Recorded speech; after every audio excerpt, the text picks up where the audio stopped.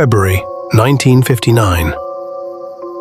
Deep in the Ural mountains of Soviet Russia, 9 experienced hikers set up camp on a frozen slope. By morning, they would be running for their lives, barefoot, into the snow. Wind rises slightly. Something made them cut their way out of their tent from the inside. The group was led by 23-year-old engineering student Igor Dyatlov.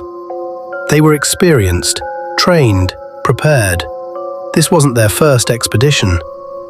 9 hikers, young, skilled, confident.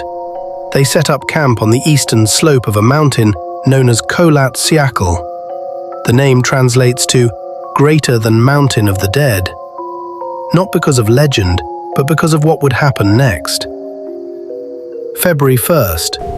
Temperatures dropped to nearly -30 degrees Celsius. Winds howled across the open slope.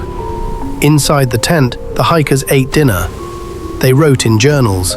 They laughed. Nothing in their notes suggested fear. But sometime during the night, something changed. Search teams would later find the tent collapsed, partially buried in snow.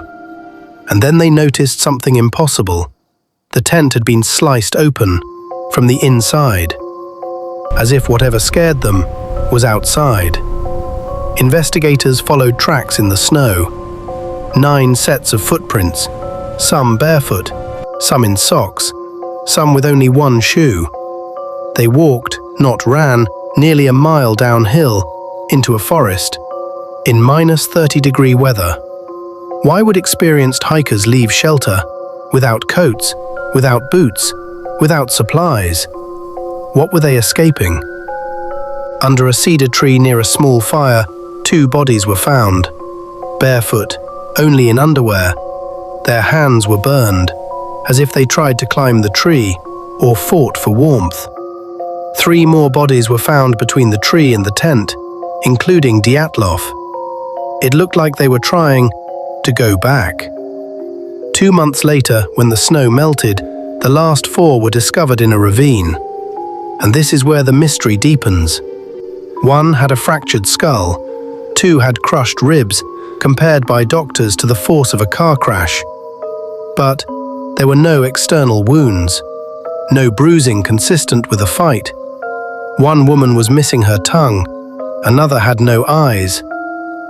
Yet there were no signs of another group, no foreign footprints, no evidence of struggle. Some clothing showed traces of radiation. The Soviet investigation concluded an unknown compelling force. That was the official explanation. Avalanche? Military testing? Infrasound panic? Paranormal? No theory fully explains why they calmly walked downhill, why they were partially dressed, why some injuries were catastrophic but external damage minimal. Something made 9 rational people do something irrational, and whatever it was, they were more afraid of it than freezing to death. The case was closed, the mountain remained silent, and the tent still tells a story.